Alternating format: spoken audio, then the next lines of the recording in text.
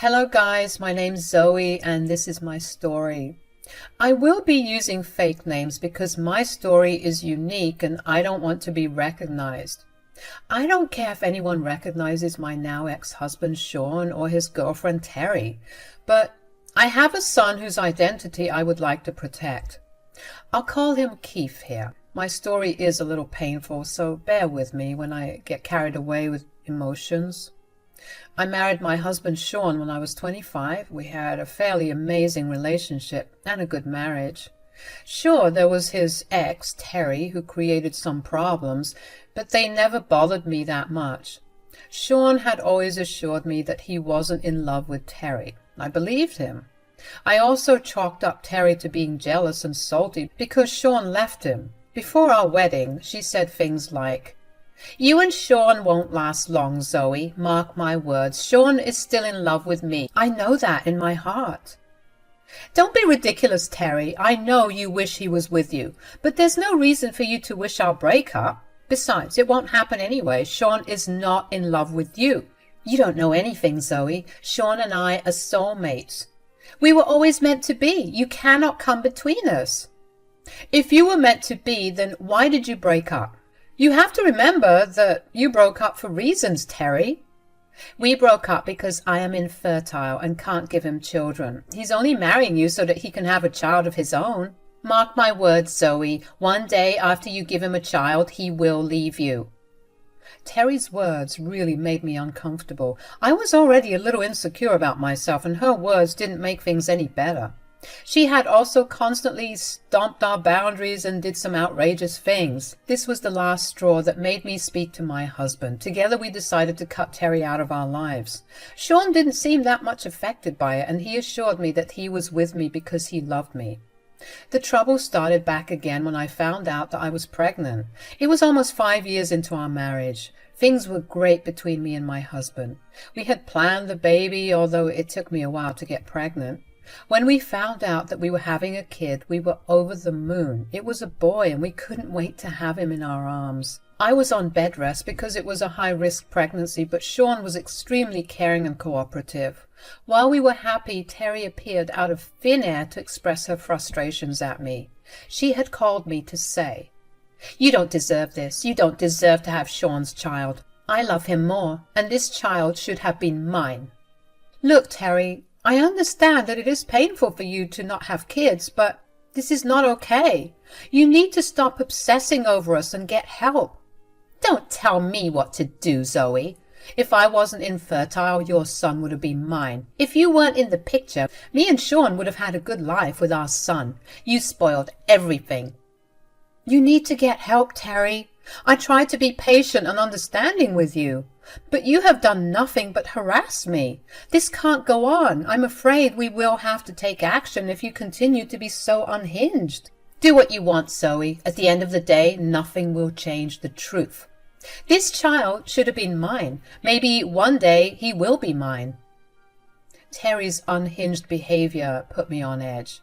I talked to Sean, who assured me that he didn't tell her about my pregnancy.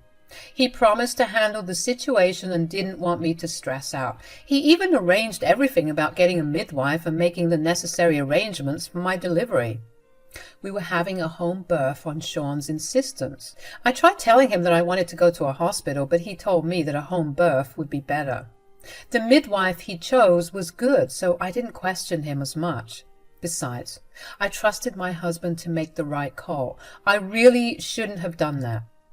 I still remember the night I gave birth. The birth was super painful, and I actually passed out from the pain.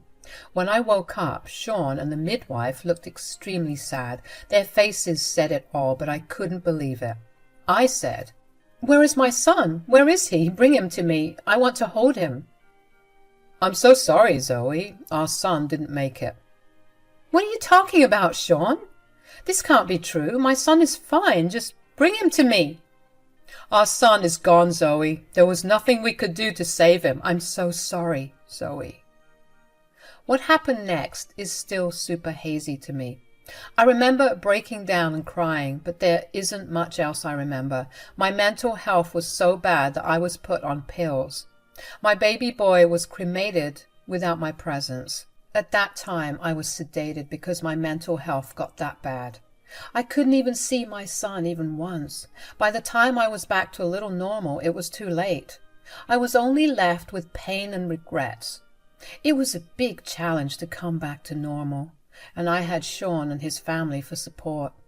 Years passed and I became too scared to have another child. Surprisingly, Sean never pushed for another child either. I thought that maybe he didn't want to stress me out. But, slowly, his reluctance to have kids was starting to bug me. He was also acting a little too suspicious with his phone and had been distant for a while, and he was taking a little too many business trips in the last few years. One day, I found a plane ticket for him that I knew nothing about. I said, "Why did you book a plane ticket to this city, Sean?" "Oh, it's for a business trip, Zoe. You don't have to be so concerned about it." "Why didn't you tell me about it sooner? You've been taking a lot of business trips recently." "Yes, I got a promotion. Management is now making me do all sorts of things. I was so busy at work that I forgot to tell you." Alarm bells rang in my head since Sean was acting nervous. I had no idea what to think. When he was in the shower, I actually ended up taking matters into my own hands. In a split second, I decided to go through Sean's phone. I wasn't hoping to find anything. Actually, I was desperately praying that I would find nothing. But fate had other plans.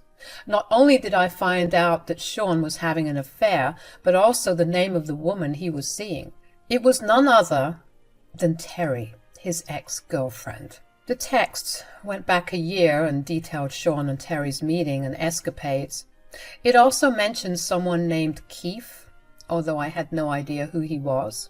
At that moment, my head was spinning with the fact that my husband was cheating on me. I barely held myself back to avoid making Sean suspicious. I wanted to find out more and catch them red-handed, so I decided to stay quiet for some time and follow my husband. That night, Sean was all set to meet up with Terry in another city. He had flown there telling me that it was a work trip. He took several work trips like these, which I now know were all fake. He was just flying there to see his freaking ex, who was actually his girlfriend, I guess. I had no pity for Terry because I was pretty sure she knew. I mean, they even discussed how they would keep this a secret from me.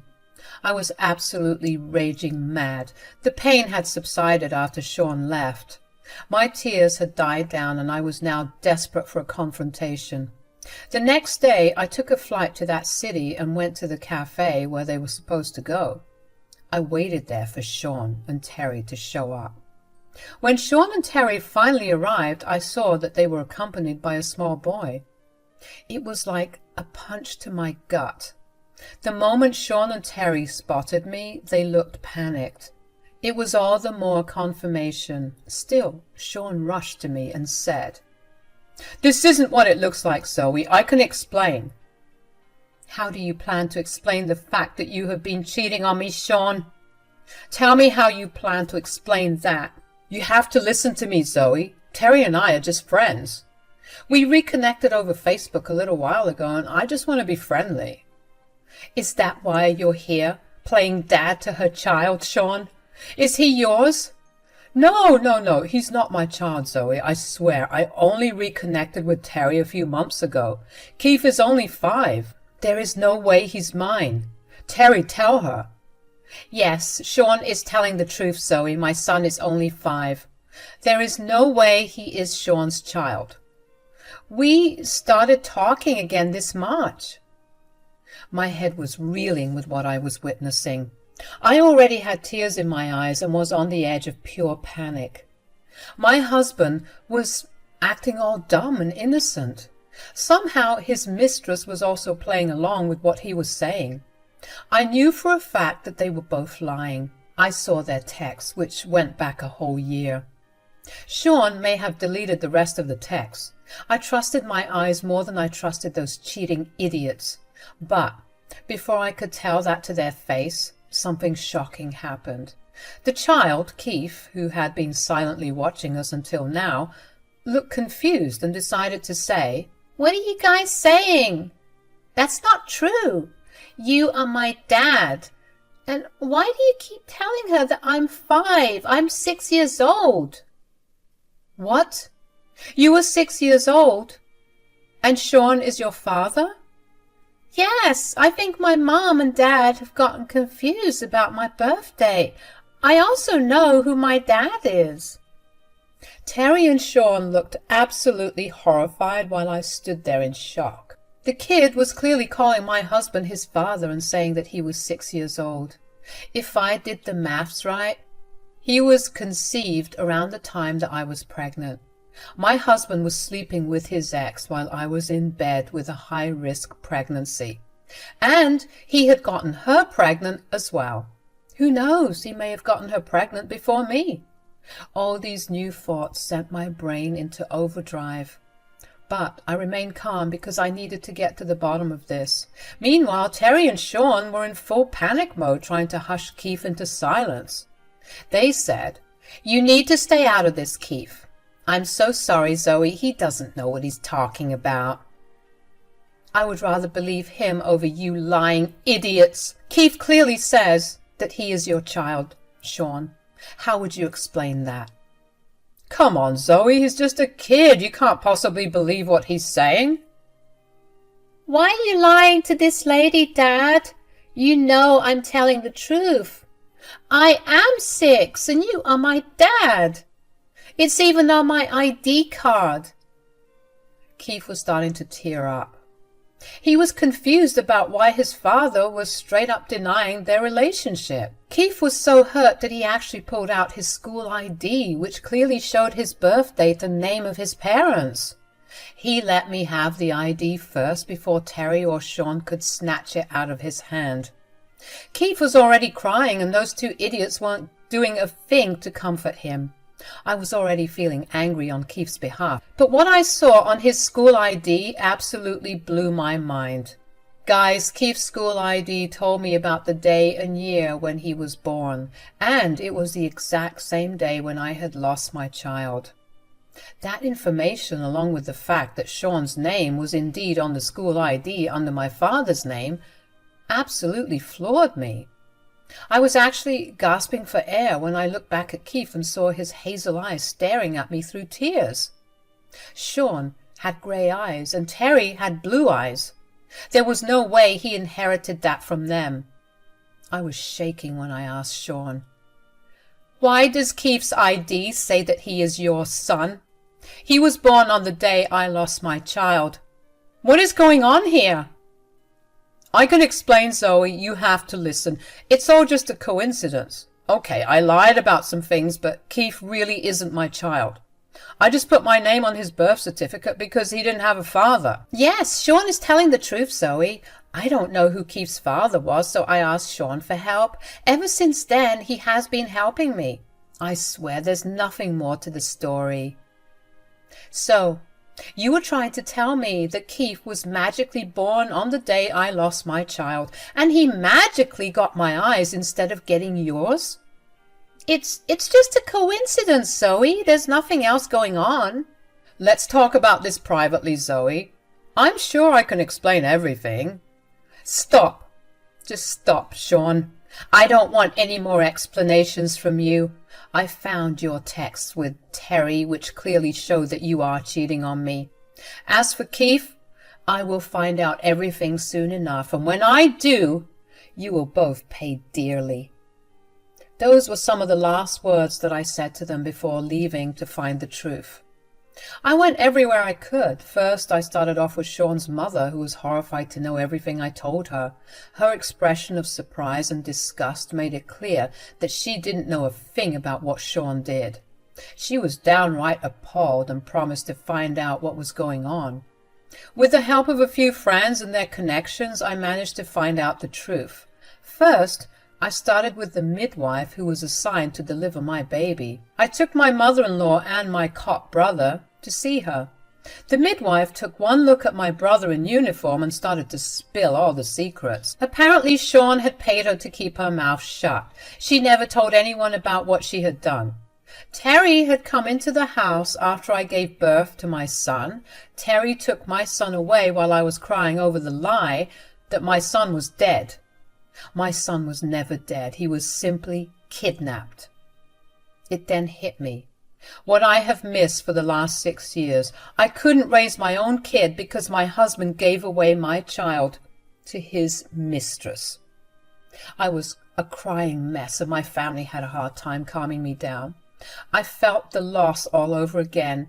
I wasn't going to get back the 6 years of Keith's life that I had already lost, but I was going to make things right. I was going to teach Sean and Terry a big lesson while making sure my son was back in my arms. So I went ahead and filed a police report against everyone involved in the case. After the report was filed, I flew to where Terry was living. It wasn't very hard to find her home from my husband's text. Sean hadn't come home since I told him not to come back. Besides, he might have been with his mistress planning their next steps. Instead of giving them or the cops time, I went to confront them. I angrily barged into Terry's house and said, "Did you two think that you would get away with what you did?" "What are you talking about, Zoe? You're being extremely unreasonable. You won't even hear what I have to say. This is ridiculous." "What will you say about kidnapping my child and telling me that he's dead? Did you think I would never find out? You think you can keep my child away from me?" Sean and Terry started to look really sweaty and nervous.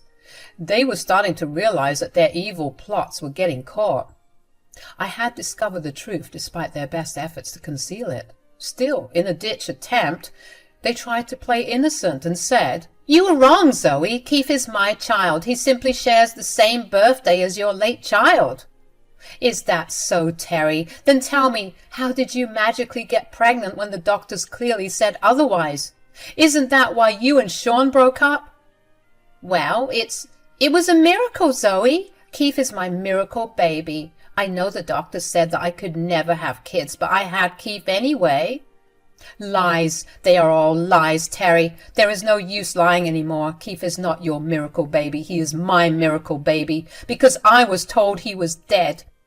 "But I know that was a lie. My own husband had lied to me and given away my son to his mistress." "You don't know what you're saying, Zoe. You're being delusional. Keith is Terry's child and had nothing to do with you." "So, you will still act innocent? Well, what will your answer be when I tell you that the midwife confessed to everything? Do you want me to show you the proof?" Sean and Terry went as white as a ghost when I mentioned the midwife. She was one of the very few people who knew about what was going on, and she had confessed to everything. Sean and Terry had never expected her to talk or them to get caught, so they had this deer-in-headlights kind of look. They said, "What? The midwife told you everything?" "Of course she did, Sean. She took one look at my cop brother and started to spill all your secrets." No, that's impossible. This can't happen." "If you are so much in denial, you can just ask the midwife. Too bad that she is in police custody now. Well, you can go talk to her when the cops come and drag you both away." "What? What do you mean, Zoe?" "It means that I have informed everything to the cops. They had started an investigation and found plenty of proof about what you did. They even found proof that you two faked Keith's birth certificate and kidnapped my child. They will be here for you soon." Sean became even more panicked and Terry just started to cry. It was finally sinking in their heads that their nasty plan was finally about to blow up in their faces. I kind of had a feeling why they did what they did, but I really wanted to hear it from their faces. I wanted closure and revenge before I started my life afresh. Sean and Terry, in their desperation, told me everything. I didn't even have to prompt them for anything. They thought that being the forgiving person I am, forgive them for whatever they did. They said, "Please don't do this, Zoe. We're begging you. We can talk about this. I know what we did was inexcusable for you, but we had our reasons." "I was desperate for a kid, Zoe. Sean saw my pain. You have to understand that he loved me. I swear I loved Keith as my own son. He grew up with his dad in his life as well." "We can make amends with you, Zoe. There's no reason to get the cops involved. We will figure something out with Keith as well." I'm sure we'll find a way to make things right, Zoe. Please don't call the cops. Don't take me away from my child's life. Keith is not your child, Terry. The sooner you accept that, the better it will be for you. None of you deserve to walk away scot-free after what you did to me. I will never pull back the police report. You two will be going to jail while I take my son back. I will be filing for divorce, and I will make sure none of you ever get to come near my son again. Sean and Terry were still trying to talk to me when I walked out of the house. I knew I would be back there, but not to face them. I would be back to get my child. I didn't want to upset him by taking him forcefully. He was just a 6-year-old whose world was turned upside down. Being his real mom, I didn't want to make things any more difficult for him. So I walked away knowing that soon I would have Keith in my arms. My husband and his mistress were arrested the very next day. The day I left, they flooded me with texts and calls, begging me to spare them and take back the police case. They even tried to use my son as a bargaining chip, which made things worse. It made me angrier that they would drag an innocent child to save their skin. Sadly for them, none of their begging reached my ears. I was adamant that I would make them pay for the pain they put me through. I divorced Sean and got full custody of my child after a long fight. Sean and Terry played me dirty and tried everything to get away with what they did. But God was watching and gave them some severe consequences for their actions. For the nature of the kidnapping, Terry lost all rights to Keith, who actually no longer wanted to see her anymore. He was working with a therapist who made him realize, in child-friendly terms, what had happened. I didn't want to hide the truth from him. We did conduct a DNA test to make sure that he was my kid, and it was a match. So the court awarded me custody. As for Sean and Terry, they are currently serving jail time for what they did. Keith is now living with me and adjusting well to his new life. He still goes to a therapist to cope with the big changes in his life. To make things easier for him, I moved to his city so that he wouldn't have to lose friends by changing schools. My mother-in-law, who disowned Sean, was happy to be a grandma to Keith. Keith was equally thrilled to have an extended family who loved him. I will admit that things were tough in the beginning, but it is getting better. He has even started to call me Mom sometimes. It just brings tears to my eyes. So now I'm trying my best to give my son a good life, while Sean and Terry are rotting in jail.